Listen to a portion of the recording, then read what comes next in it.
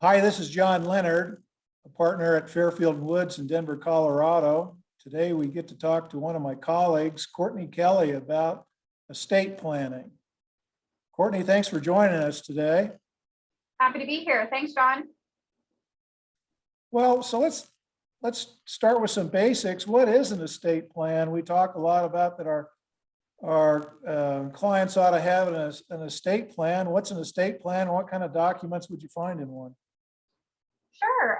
So an estate plan is really just the process of anticipating and then arranging for the management and disposition of somebody's assets while they're still alive. So they get to make these decisions while they're still young, while they're still healthy.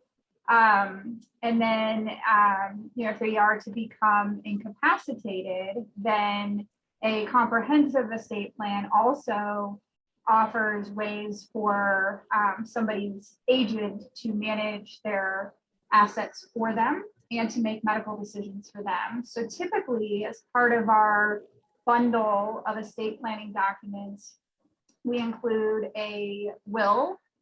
Sometimes we include a trust.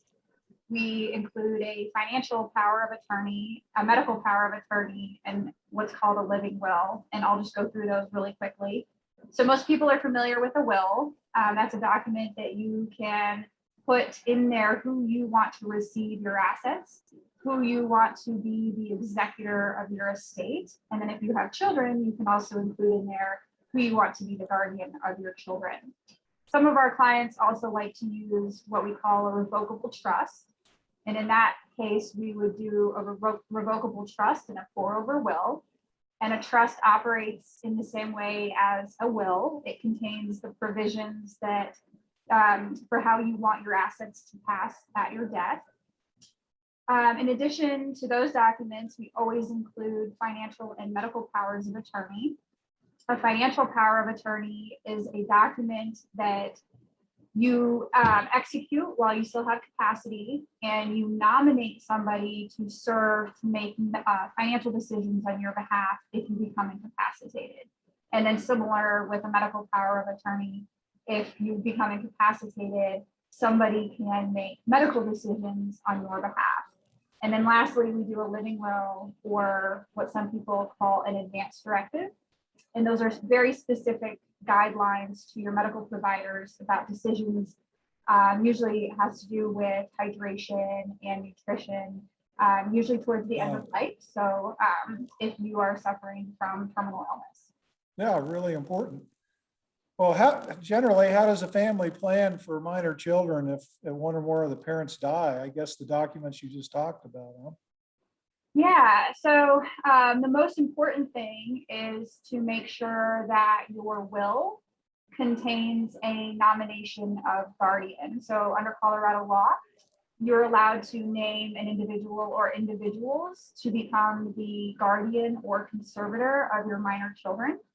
So that would be step one, is think about who you want to name in your will. And then step two would be to go have a conversation with those people and make sure that they would be willing to serve. Right. I have had clients who find out that the person they wanted to appoint was going to be leaving the country or just didn't want to serve.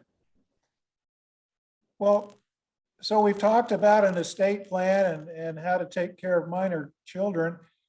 I assume you have to update your estate plan as you get older and the kids move out of the house and other life-changing events like that.